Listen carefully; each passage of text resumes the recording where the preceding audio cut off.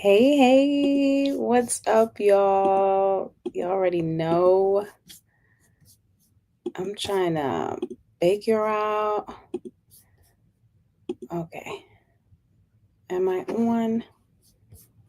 I think I'm on. I am on everywhere, I think. Let me see. It's my first time going live. Let's see. Ooh, that's different. I have no idea. I'm going live on TikTok for the first time. And um yeah. What's up, you guys? What's up? We are live day two. I'm probably not going to be counting. I mean, I guess if I go live every day, it should be easy to keep track of the days. But day two, going live every day for the month of July. Um, we are just building that discipline muscle over and over and over again. I'm in super chill vibes, so my bun is crooked. I'm just just super chill vibes.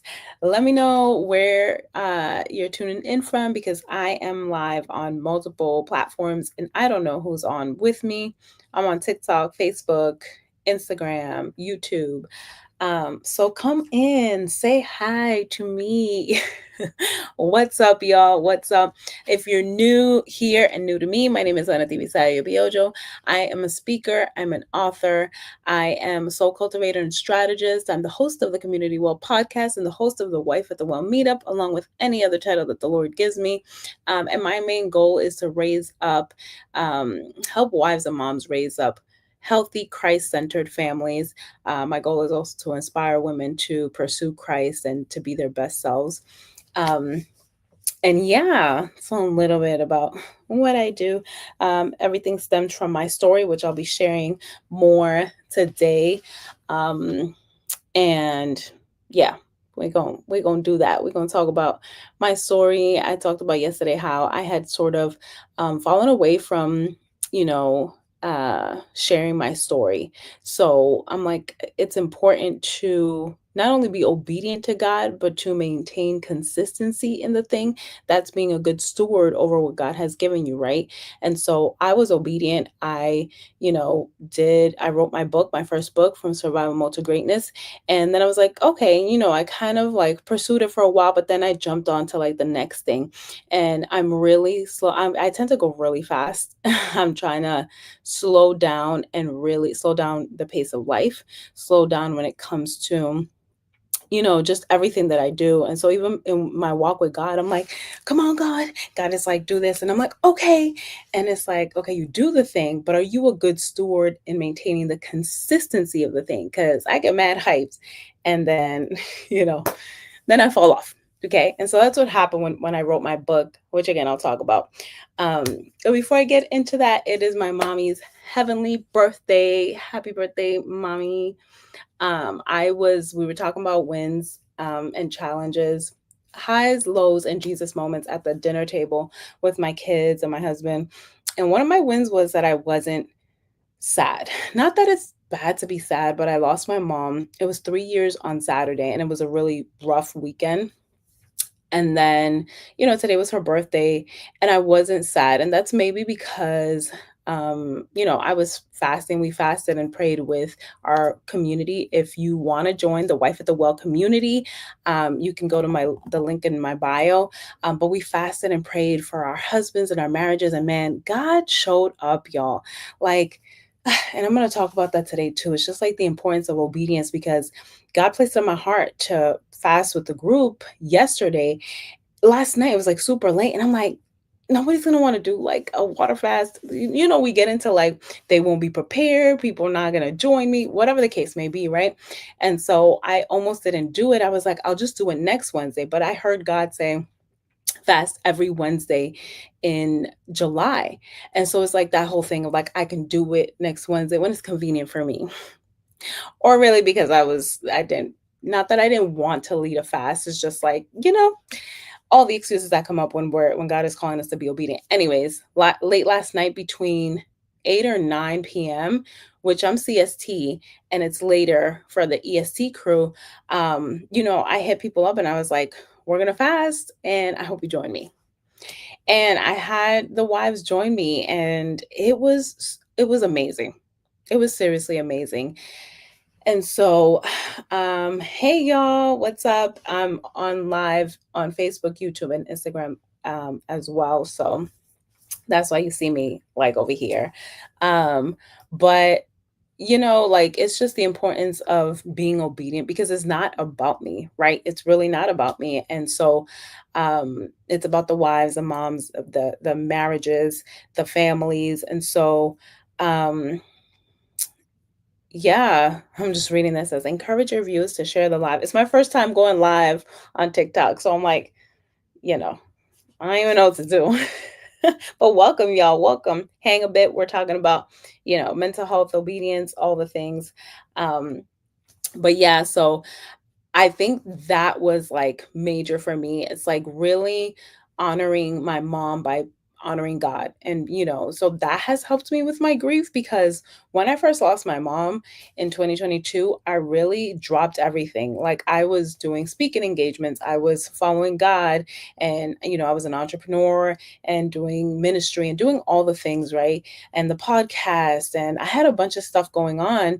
And then when I lost my mom, I got really angry at God. And I was like, boop, just dropping everything. I got really mad at him. I was in a really dark place and a really tough situation. We were living in Georgia at that time. We live in Texas now. But at that time, we were living in Georgia. We were in a tough situation. We felt like I knew the Lord was calling us to move again. And so dealing with that, dealing with the loss, and I'm like, yo, why am I doing all this, God? If I'm being honest, I'm so angry at you. I asked you to heal my mom. And so I just dropped everything. I also just didn't have the capacity. Like grief like took me and I was like, I can't even explain it. So I dropped everything. And so now I picked everything back up in like 2023, and I was like, I just don't know life. Well, I do know life without God, right? But to me, I'm like, life without God, I've done that, bro. I've been disobedient. I've been in the streets. I've done all the things, and I'm all set. I'm all set. I'm gonna stay on this side with God all day, every day. You know what I mean? And so, yeah, I just got back on track. And so now, anytime grief tries to take a hold of me, I'm a lock in. I'm a lock in deeper because the thing the enemy wants me to do is to fall back. And I constantly, my husband reminds me that it's like one other person waiting on your obedience. You know what I mean?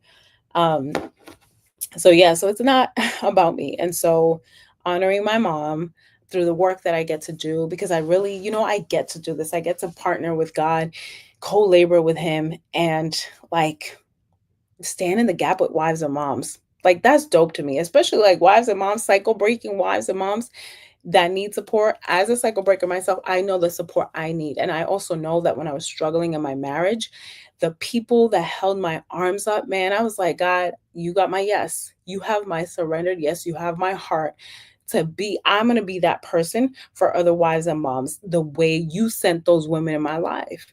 Because had it not been for them, we wouldn't be here 15 years in our marriage. We just wouldn't be, because God was like, I have your back and I have sent other people to be there. He said, I have sent an army to be behind you. And so I was like, you got my yes, and so all that to say that I celebrated my mommy and her heavenly birthday by locking in and fasting with the wives in our community. And that was just, again, it was seriously so amazing. We'll be fasting every Wednesday. So if you want to be part of that, it's the Wives at the Well. We meet up once a month for now. It's going to be more often, but the Wives at the Well, the link is in my bio. You can join that, and we will be fasting again next Wednesday. Then we'll be meeting up again July 17th, and more stuff coming with that, which I'm so excited about. So excited. But I was talking about the importance of obedience and how your obedience, um, it shifts something. It does something for other people, because most times God is, he's working through you for somebody else, right? And a lot of times a lot of times he's even using your obedience for your own benefit, for your own growth and your own healing. And so today I want to share about like more about like my book and how that came about, because I remember when I wrote my book. This is my book. It's me. It's me. From Survival Mode to Greatness, which is on Amazon. So, From Survival Mode to Greatness is about my journey with PTSD and severe depression. And, I share about how God healed me. God healed me. And, I walked in that healing by that healing and deliverance by going to therapy. And so I talk about everything I talk about, it is faith and mental health. Faith and mental health, because I really found that a lot of it in the faith world was, you gonna pray it away. And God is a healer, God is powerful, and he also asks you something from you, right? Which is the practical, which many times we don't get to. We act like God is a genie, or that, he does miracles, but a lot of times it's just like we use that as an excuse to further perpetuate like the stigma of mental health, right, in church. And so they're like, oh, we just pray it away, and I'm just gonna pray away depression and act like it's bad to um go to therapy. You know what I mean? And so I walked out that thing by going to therapy. And then with therapy, it's like you're missing the foundation of the fact that you are a spirit being and you have a body. Like we give so much importance to the mind, the body, like it's not all interconnected, right? Like we are so much more than just our bodies. And so our mental health needs to incorporate like the spiritual, that faith aspect. And so it's a combination of all those things, because there's a lot of things that are spiritual that impact our mental health. Like I won't go into this, but there was like a whole thing where I was at a job that I literally was sick. Like I literally saw the bottle just today that I hadn't thrown out, where they gave me pills for depression and anxiety. And what I was feeling was very much spiritual, because I was not supposed to be at this job. It was a sign, right? It wasn't like, I was done with the job and then afterwards it's like all the symptoms went away. You know what I mean? So it's like it's a spiritual thing that impacted my mental health. Yes, mental health is real. I could have very much felt anxious, very much felt depressed, but that wasn't the right measure of what I needed. You know what I mean? And so that missing that integration of all these different things, you're missing something, because that faith part was God telling me it's time to leave this job because that job is making you sick. Now I'm looking at TikTok because somebody need to hear that that job is making you sick.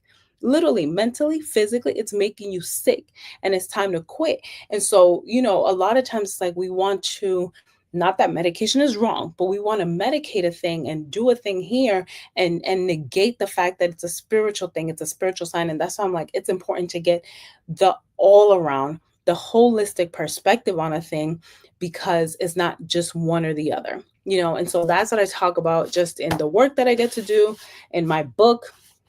And so Survival Mode to Greatness, man, listen, every time I hold this book, I want to weep, because I struggled with PTSD and severe depression from like age 14, I can remember. And probably before that, I was undiagnosed until my 20s when I had my babies. So that was like years. I went through my teenage years, I went through high school, I went through a miserable, miserable time, but I was smiling on the outside.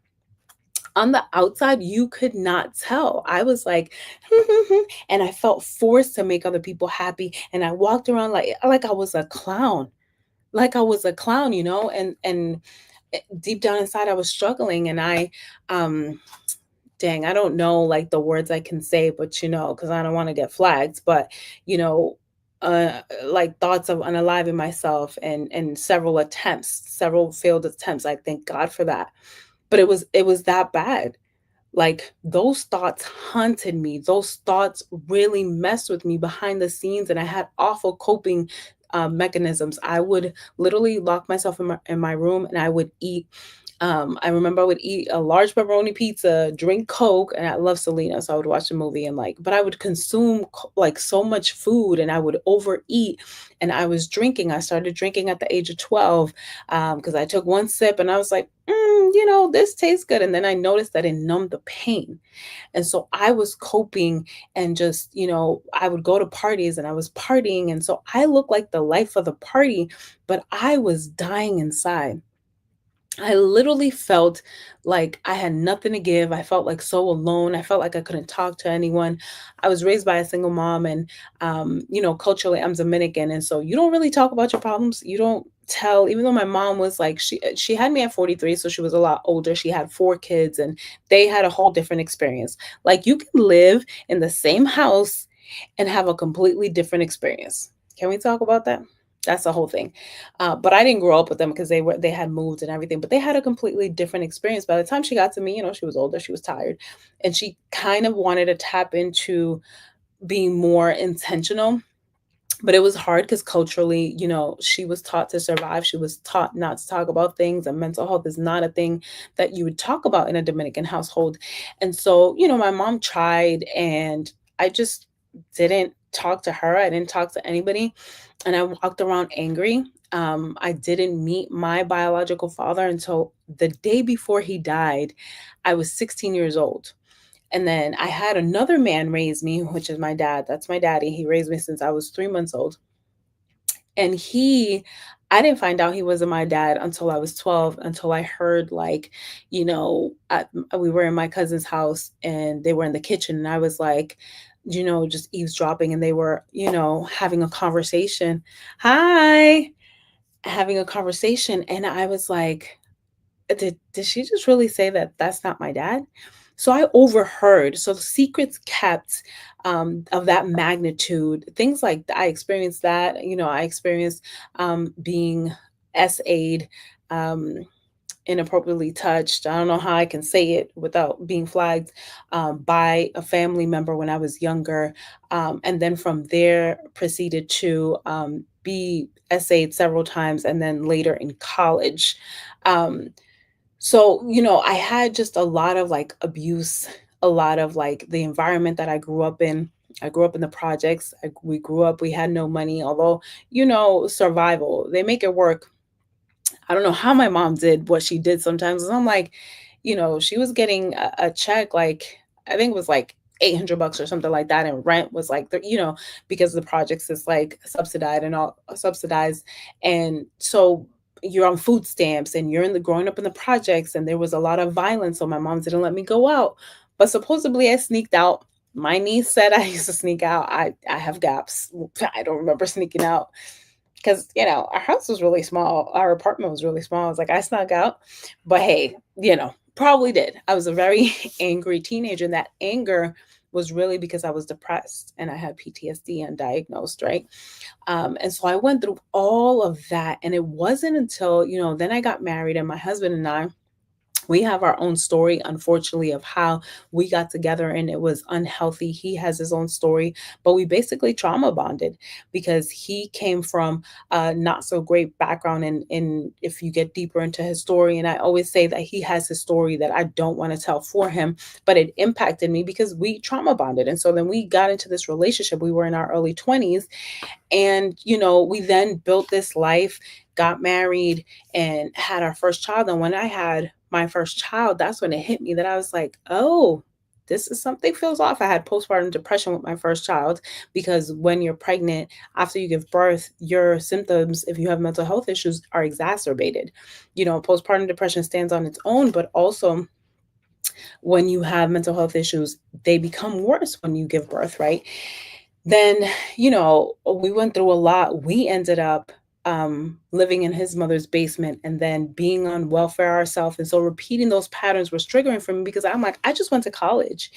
And man, I can't even like fast forward. I feel like I'm going to have to break it down even more because I had the opportunity to go to college on a full scholarship. I was first generation, and that was a blessing in itself. And so there was a lot of like peaks in the midst of all these years of trauma, but there was some really lows and like real valleys. So in the midst of like looking back, God really God is amazing. He kept me. He had people around me. I have angels in my life that I look back and I'm like, man, like if it wasn't for you, uh, there's just so much, right? And I feel like I tell my story sort of like in this broad thing and don't really break it down into the details. Um, but when I look back, I'm like, there was so many things that I went through that were so bad. They were awful, right? But there were so many things that were really good, like going to college on a full scholarship and having that experience. Like I can't even tell you, Then after I got married, after a few years I was working, I had an amazing boss that was like, you should get your master's. And so then I went to school, got my master's in counseling psychology. While I was there, I was like, I should go to therapy so I can be on the other side, so I can know how my clients feel. Baby, that's when I was like, oh, I oh, I have severe depression, PTSD. That's what's happening. Got it. Undiagnosed for all those years until I went to school to get my master's in counseling and sat at that chair in therapy because I wanted to have that experience. And as I started unpacking, I realized like all the childhood trauma that I had experienced, all the toxicity and the dysfunction in my family that you're just like, oh, this is normal. Something feels off, but this is normal. This is all I knew. And so I started unpacking all of that. And the more I unpacked, the more I let myself be okay with like falling apart. And during that time where I was in school, that's when God healed me. I remember doing a 60-day fast. It was water, raw juice, and crackers. I don't know why I was eating crackers. It was probably because it was my first time fasting, and I was also like working full time, going to school. I had two small kids. Probably had to pop a cracker in there so that I wouldn't like pass out. I think I was taking medication. I don't know, but and I didn't take medication for my mental health issues, but I did 60 days, and those were the hardest 60 days of my life. But they were also like some of the best because I remember as stuff was coming up, God was really doing a work in me. God was really dealing with those thoughts that were taking over my mind. God was really dealing with just all of me. And at that time, that's when I started my discipline of going to the gym. I would go at 4 o'clock in the morning before the kids got up. And so I would, do work and then go to sleep like at 12. Alarm. Um, I would go to sleep at 12, take a nap basically, and then go to the gym at 4. And I literally remember walking the track in the gym and I would just like pray. God, help me pray. Help me to fall in love with working out. Help me to fall so deeply in love with like taking care of myself and self-love, because I was taught that prioritizing other people was love, that other people came before me. One of the things, like, with my mom, I always taking care of her emotionally. And so I needed to fall deeply in love with myself because I prioritized everybody. In the beginning stages of my marriage, I was taking care of my husband. His, you know, his emotions mattered more. I was taking care of my kids. Of course, they were small. And so I was prioritizing everybody else except for myself. You know what I mean? Hola, amiga, ¿cómo estás? So that's what I learned. I learned in childhood to take care of other people. I grew up way too fast. And so here I was in my 20s, and I would go to the gym at 4 a.m. to pray because I needed to learn to fall in love with taking care of myself. I needed to learn how to fall in love with myself. I didn't even know who I was either. So I was just all this unraveling, and it was the hardest time in my life because I was raising these two little humans and I felt so inadequate to be their mom, and I wanted something different for them. And I remember, unfortunately, I was in survival mode. So I remember being full of like rage, and I was like, I don't want to parent from this place. And I think there were many moments, but there was these moments where I would get where I'd be like just angry, and I'm like, they're little people, why are you so angry at them?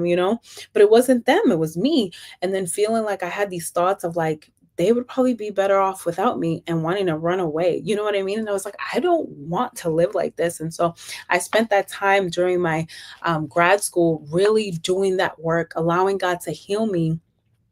And, after I graduated, like, I really can't explain because God is people are like, healing is forever. And yes, there's things that I'm still working on, but I do not have depression. I do not have PTSD. Like when I tell you God healed me, He delivered me and He set me free. Because I went from like having these flashbacks that would take over. I remember having full on panic attacks, laying on a mat, like trying to breathe, and like thoughts flashing back of like abuse that had happened in earlier years, literally physically not able to move. Like it was insane to now not having those thoughts, not having those issues, being pretty full of joy on a real level.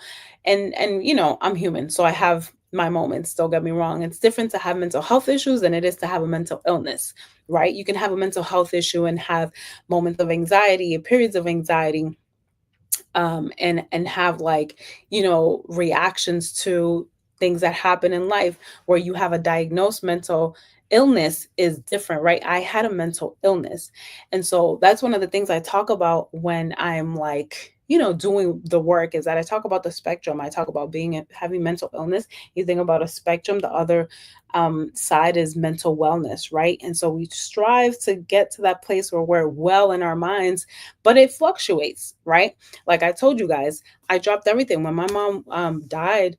When she passed, I was definitely struggling. I was like, is depression, are we here again? Because I was struggling, right? So I was struggling, and then I was able to sort of, I don't want to say get out of that, but I wasn't in that place anymore. And I still have moments of grief. I still have moments where grief takes over. And I just like being clear about that, because you have to identify where you are. Like, are these some issues that are coming up right now and they're seasonal? Are they something that are completely taking over my life and I can't even operate in my day to day? You know what I mean? So yeah, so when I tell you that God heals me, He delivered me, and after that, He was like, "Share your story," and I was like, "Share my story." I mean, okay. And at that time, when I first got saved, I gave my life to Christ. You have that fire. You're like, I'm gonna do whatever you want me to do, and so I was like, sure. And I remember I was writing this book. Like anywhere I could. At that time, when the boys were small, I would go to the YMCA, drop them off at daycare. I would work out for a little bit, and then I would take time to write. And then I would be in the carpool and I'd be like writing, because I was determined to be obedient and to share my story. And then he was like, I want you to speak. I've called you to speak. So I called people. I called Northeastern, where I went to school. I called Boys and Girls Club, where I spent a lot of time in, and I was like, hey, so I struggled with PTSD and severe depression. I no longer have it. God healed me. And like kind of sharing my journey, and then being like, I want to share my story because I feel like there's a lot of youth back then and still now, there's a lot of youth struggling in silence. And I really believe that I was called to be vulnerable and transparent about my journey and about my life in order to inspire others, and also to make way. It's a little more, I guess, um, natural. What's the word that I'm looking for? It's a lot more common now that people talk about this stuff. But when God told me to be transparent and vulnerable about my journey, that was like 2015. So it's probably, geez, that was 10 years ago. That was 10 years ago. So at that time, I don't think it was probably just starting.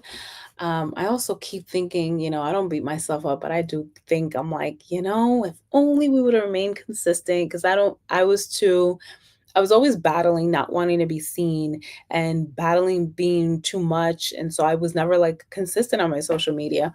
And that's still something we're here doing the daily challenge. Okay. So we're still building discipline around that because of the lies the enemy um, planted, those seeds in my childhood, of me being too much, and me, you know, um, yeah, just talking too much. Yet that's the gift that God wants to use. Do you see what I'm saying? That's a whole different thing.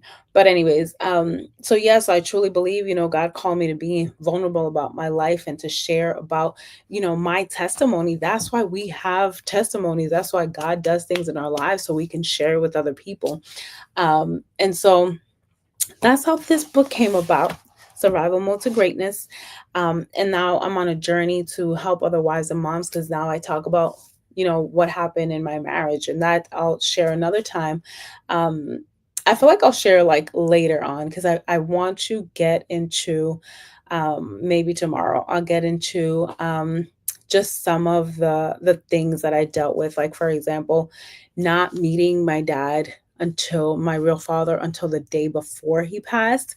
That impacted me. I didn't meet my siblings from his side until I think I was 12, and I had so much hate in my heart. And so I feel like it's important to break those down. I feel like it's important to talk about those things, especially how we see our own kids, and how our kids' mental health matters, right? Because a lot of times we don't realize how our actions impact our kids. So I'll probably talk about that tomorrow, but I really just wanted to take time to talk about, From Survival Mode to Greatness, and talk about this book. I feel like, this is a season where there's a lot going on, and we have to take care of our mental health. It's like imperative, between lifing, between, the political climate, just everything.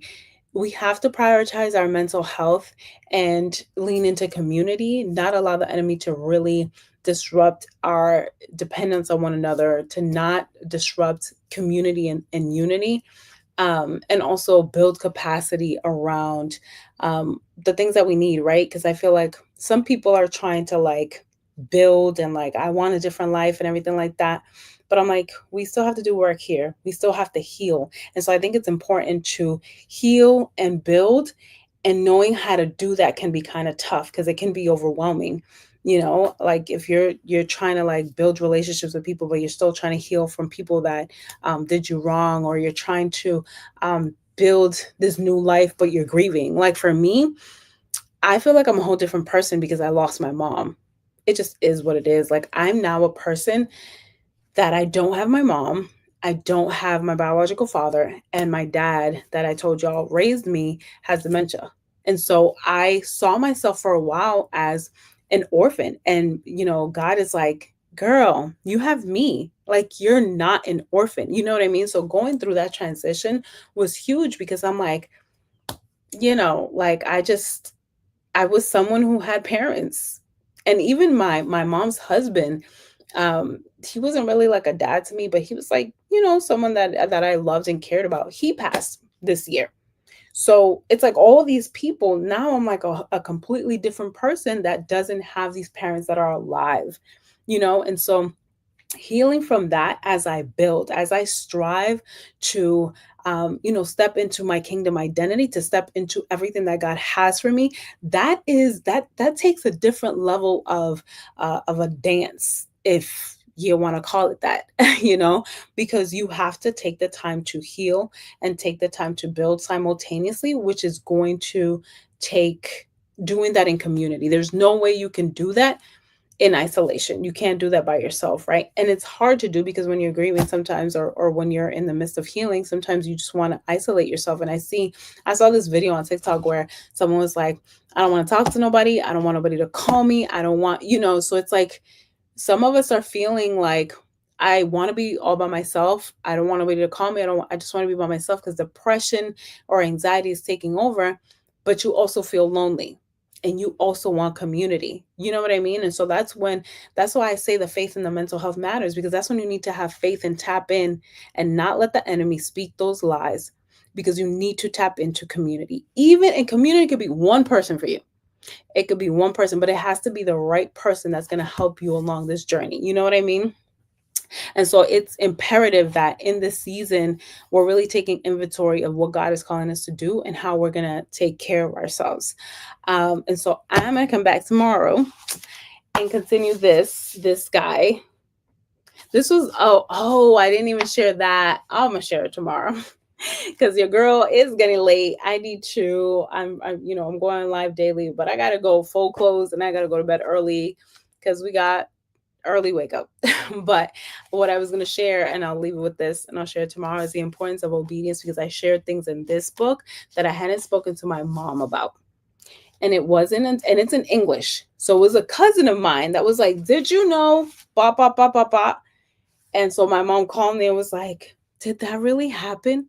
And I was like, freaking out because, we're Dominican. We don't talk about that stuff.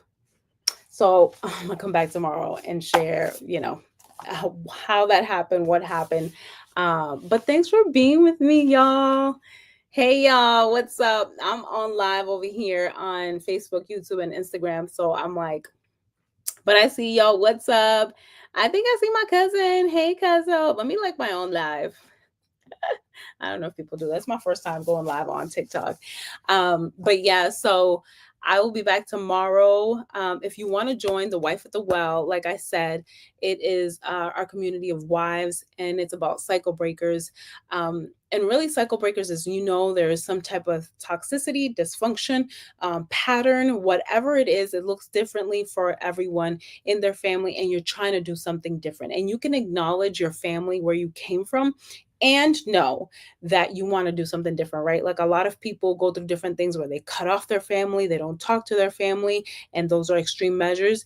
And then you have some people that are just like, we just want to build generational wealth, and so they're focused on the money aspect. So we have a variety of people. We don't judge. We have a safe space where we get to talk about all the things, and we tap into what God wants to do in our marriages, and really talk about marriages. We talk about everything. There was one time we were talking about dating. God was like, "When was the last time y'all went on a date?" This week the challenge is to prioritize your marriage. Then we were talking about fasting and praying. Then there was another time that God was checking us, like, yo, are you being obedient? Because a lot of the wives we have are leaders in ministry and their jobs and their careers, and so balancing that when you're married, because your husband is the head of the household, how do you submit and also be a leader? Because you have to like dance between that, right? So we have all these great conversations. So join the Wife at the Well. The link is in my bio. Get my book on Amazon if you want to get it. What else? And I'll have more to come as we're building and expanding, because the Lord is really like, it's time to expand. And I told y'all, I'm like, child, Lord, you have my yes, my surrendered yes, because I already tried, when I was mad at him, to do this life without him, and it's for the birds. I'm not here for it. Okay. I don't like it. I don't like it. But thanks for hanging out with me, y'all. I will see y'all tomorrow. Bye, guys. Let's see if I can leave this now. All right. Okay. So I left TikTok. And now I'm leaving y'all. I'm in my closet, so y'all can see my clothes now. But I'll see y'all tomorrow. I have to get a live schedule, but for right now, I'm just putting in my Instagram stories of when I'm gonna go live. It's looking like 9 p.m. this week, 9 p.m. CST. If not, y'all can catch the replay. I'll see you tomorrow. Bye.